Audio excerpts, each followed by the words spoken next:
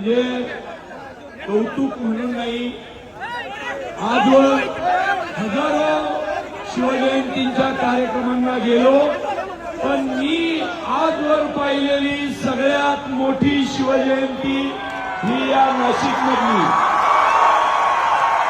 सगळ्यात अभिमानाची गोष्ट अशी आहे की या इथं सर्व पक्षीय लोक एकत्र येऊन संपूर्ण महाराष्ट्राला अभिमान वाटेल अशी शिवजयंती साजरी करतात आणि त्याला असंख्य नाशिककर, हजारो नाशिककर इतक्या शिस्तबद्ध पद्धतीनं प्रतिसाद देतात.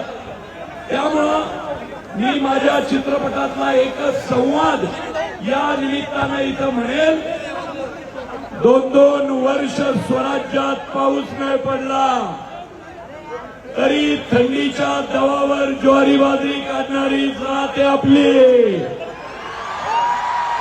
परिस्थिती जेवढी बिकट